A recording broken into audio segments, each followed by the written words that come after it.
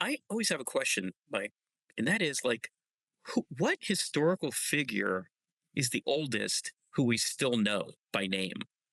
I mean, Alexander's got to be up there, right? Yeah, I mean, aren't you a big fan of Sargon of Yeah, Akkad? At least, Zarg, yes, yeah, yes, I Sargon of mean, Akkad. yeah, I Yeah, want but to I don't say think he most people know goes him. way back. I don't know Like, if most people know him. oh, Just are you talking like where the popular the mindset popular people recognized? know. Yeah, Yeah, yeah, I would think like King Tut, yeah, yeah. Alexander. Maybe King Yeah, Tut, right. Alexander. It comes back to Egypt, right? Yeah, yeah, right. Welcome everybody to another episode of WTF History on the Quintana Show. I'm your co-presenter, Mike Gatto. Many of you are out there looking and saying, "What happened? Did you lose your suits?" It's hot in LA, folks, and we just decided on a more casual look today. So I hope that answers that question. Today's episode is very important because this show has passed the 100,000 subscriber mark. We are Yeah, very grateful, very, super very. grateful. Yeah, And this show is also very significant today because it exposes the hypocrisy of my co-presenter.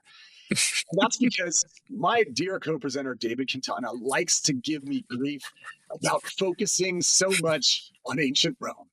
And folks, his topic today is loosely related to ancient Rome. but I'm going to skip all the Roman parts. He's going to skip all the Roman stuff, but it is a name that is very often affiliated and Yeah. associated with ancient Rome. So I'm going to talk about Cleopatra, Mike, but I'm going to leave all the Roman parts out because Rome bores me. But what I want to talk about is Cleopatra, and I want to talk about the very briefly, but you need to know this, the Ptolemaic Dynasty in Egypt, and how people don't understand that Cleopatra is not what you think she is. And in fact, one of the last shining moments of what we know as Egypt was not even Egyptian, it was Greek, Macedonian, and which is northern Greece. But that's the Ptolemaic dynasty. But again, I'm just going to briefly touch on that. But really want to talk about Cleopatra. In the Egypt that we know, when Alexander came to Egypt in 1332, Alexander the Great came from Macedonia, right? And on his way to conquer most of the known world, he marched across the deserts down from Macedonia and went to northern Africa, and he found himself in Egypt. Right, This is roughly 332 BC, right? 332 BC is when he made entry, and he fought the Persians. He fought Darius, and he beat Darius. I don't know how different people pronounce it. I say Darius. And he defeated Darius and thereby took over Egypt. He was exalted as a liberator because the Persians had not treated the Egyptians very well. My point, though, is that I think a lot of people think of Egypt at that time as the Egypt of the pyramids and the Egypt of the Sphinx and the Egypt that you see in the garb, and Ra and all those things, right? And the little cats. That wasn't Egypt. That wasn't Egypt at all. Egypt was kind of like a backwater at that time. They had been run over repeatedly by sub-Saharan groups, by other entities from the northwest. Egypt is so old. Egypt is so old. How old was she? Egypt is so old that Cleopatra, right? And she was from I think 69 to 30 BC. She's closer to us today than she was to the construction of the pyramids. She's closer to us. She's closer to the iPhone than she is to the great pyramids. And I don't think people like today have that concept of the vastness of time that Egypt has been there.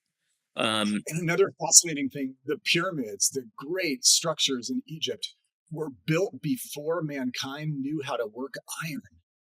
They had bronze. The pharaohs had meteorite iron that had fallen from the sky, but humankind could not work and make iron when the pyramids were built.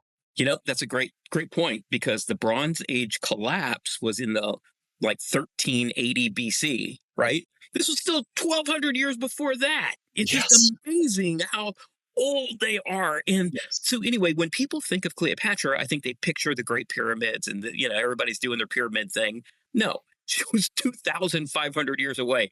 By that time, Egypt was a very, very different place.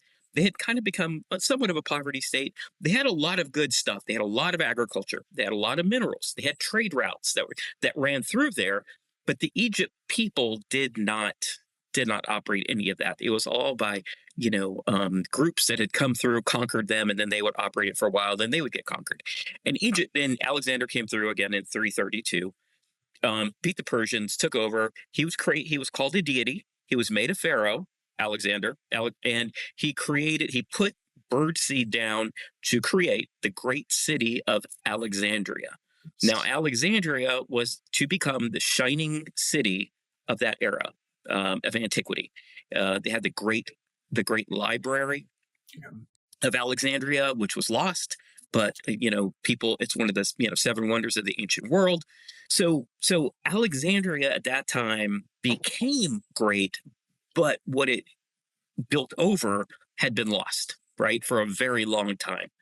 So Ptolemy is who we're talking about today. So Ptolemy the First, he was born in 367 in Macedon.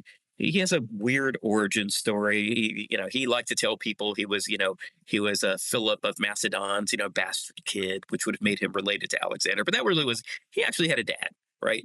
And his dad was, a lower noble, but so he wasn't bad. But he was educated in the same schools as Alexander. They're the same age group. So they became tight friends, and he was a trusted ally of Alexander. He became one of his most trusted commanders as Alexander began to his march across the known world, conquering it all. I always have a question, Mike, and that is like, what historical figure is the oldest who we still know by name? I mean, Alexander's got to be up there, right? Yeah, I mean, aren't you a big fan of Sargon of Yeah, Akkad? I mean, yes, you yeah, know, I Sargon of mean, Akkad. yeah, I Yeah, want but to I don't say think he most people know was him. way back. I don't know Like, if most people know him. oh, Just are you talking like where the popular the mindset popular people recognized? know. Yeah, Yeah, yeah, I would think like King Tut, the yeah, older yeah. Alexander. Maybe But King yeah, Tut, right. Alexander. It comes back to Egypt, right? Yeah, yeah, right. So Yeah. so Ptolemy was one of his guys, all right? So they're marching across, they're going across the Middle East, and they get towards India, and Alexander dies. That could be a whole episode in itself, but in 323 he died. So Alexander had satraps, right? And these were his commanders, and he kind of divided his kingdom up. Like, you're the satrap of this, you're the Suclids, right? You're the satrap of that. And Ptolemy, he was given the satrap of Egypt, which actually wasn't bad. That's a nice one because you're kind of isolated. It's kind of tough to get. You got to work to get there, right? So, and it had great agriculture and minerals, etc. So not a bad satrap to get. So Alexander's body was going to be taken back to Greece to be buried. But in those days, the possessor of the body was the possessor of the power.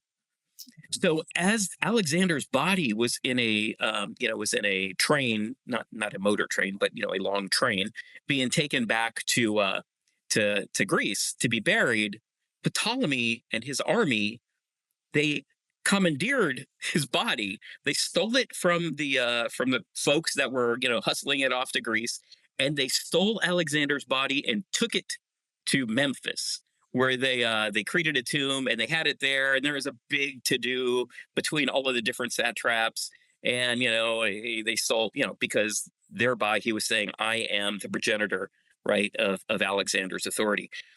But he did that, and then he built a tomb in Alexandria, which has been lost to time. So that was the first thing he did, right? He stole Alexander's body, took it to Egypt. A lot of And wait, wars. that also talks about a fascinating thing, which I just want to interject, which I'm always fascinated with, is there are records because it was such a site, it was such like a tourist attraction, if you will. Mhm. There are records of great world leaders paying a visit to Alexander's tomb. I want to say like definitely, Caesar did, right? Definitely Octavian did, or Augustus did. But I want to say even beyond that, there are records of like, Emperor so-and-so went through Egypt and paid his respects to Alexander's tomb. To me, the most fascinating question is at what point was it lost to like, at what point Yeah. culturally did it go from like, wow, this is something we should visit to like, that was ancient history. Who cares? Like culturally, that was, and I think that can tell so much about the society. You think about anything that people visit right now, whether it's the Statue of Liberty, the Yeah. Holocaust Museum, whatever, and then like how much they mean to our society and our culture. And then like 400 years from now, it's like, well, that's buried and no one remembers where it is. That's Right.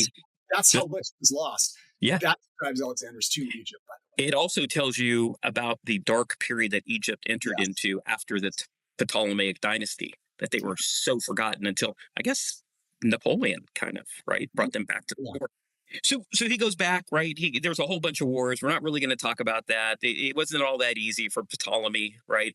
But in 305, he was declared a pharaoh, Yeah. and from that point on, the Ptolemaic dynasty lasted for almost 300 years. The Ptolemaic dynasty in Egypt, which was created by Ptolemy, a Macedonian, a right hand man of Alexander, it was a pure Hellenistic dynasty. No Egyptians in this dynasty for 300 years.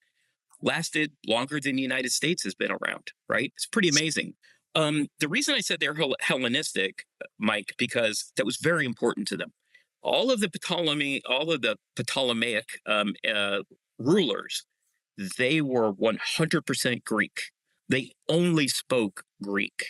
Everybody in their inner circle was Greek, or they had brought people over from Greece. And then you had like the merchant class, right? And those are usually friends of them that had come over from Greece. They weren't of that upper class, you know, Greek, but they were friends of the folks over there, and they came over and they were merchants and other And things. significantly, the army, right, was Greek. And that was because the dominant fighting force at this time, up until the Roman legions came on the thing and figured out how to defeat it, and we're going to do an episode on that, was the Macedonian phalanx. Yeah, It had some crazy, crazy thing like where it was not defeated in battle from like 332 BC to like 150 BC, like 200 years.